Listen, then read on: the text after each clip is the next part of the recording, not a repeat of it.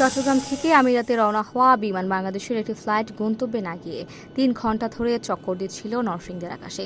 এতে আতঙ্কিত হয়ে পড়েন স্থানীয়রা। ক্রমাগত ফ্লাইটটি চক্কর দিতে থাকলে এক পর্যায়ে 999-এ ফোন দেন স্থানীয় কয়েকজন। পরে সোমবার দিবাগত রাত 1:20 ফ্লাইটটি ঢাকার হজরত শাহজালাল আন্তর্জাতিক বিমানবন্দরে নিরাপদে অবতরণ করে।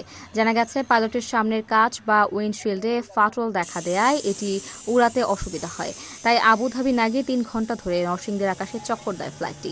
এটা কোনো সিরিয়াস ইস্যু ছিল না, উনি ইচ্ছা করলে চলে যেতে পারত, কিন্তু সেফটি আমাদের কাছে ফার্স্ট। 3 ঘন্টা চক্কর দেওয়ার পরে এটা ঢাকায় ল্যান্ড করে সেফলি, এবং তারপরে 3টার সময় আরেকটা আমাদের 737-এ প্যাসেঞ্জারদেরকে অনবোর্ড করে ওটা চলে যায়।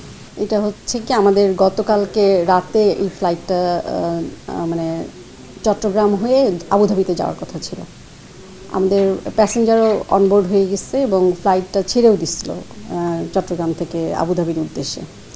তারপরে অল্প কিছুদিন যাওয়ার পর ক্যাপ্টেন একটু অনুভব করে যে কোনো একটা সমস্যা আর কি আছে, উইন্ডশিল্ডে একটুখানি ফাটলের মতো দেখা দিচ্ছে।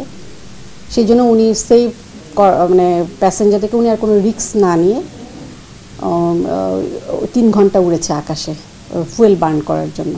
ফুয়েল বার্ন করে উনি নিরাপদে ঢাকায় ল্যান্ড করেছে। যদিও এটা কোনো সিরিয়াস ইস্যু ছিল না, উনি ইচ্ছা করলে চলে যেতে পারত, কিন্তু সেফটি আমাদের কাছে ফার্স্ট। কোনো রকমের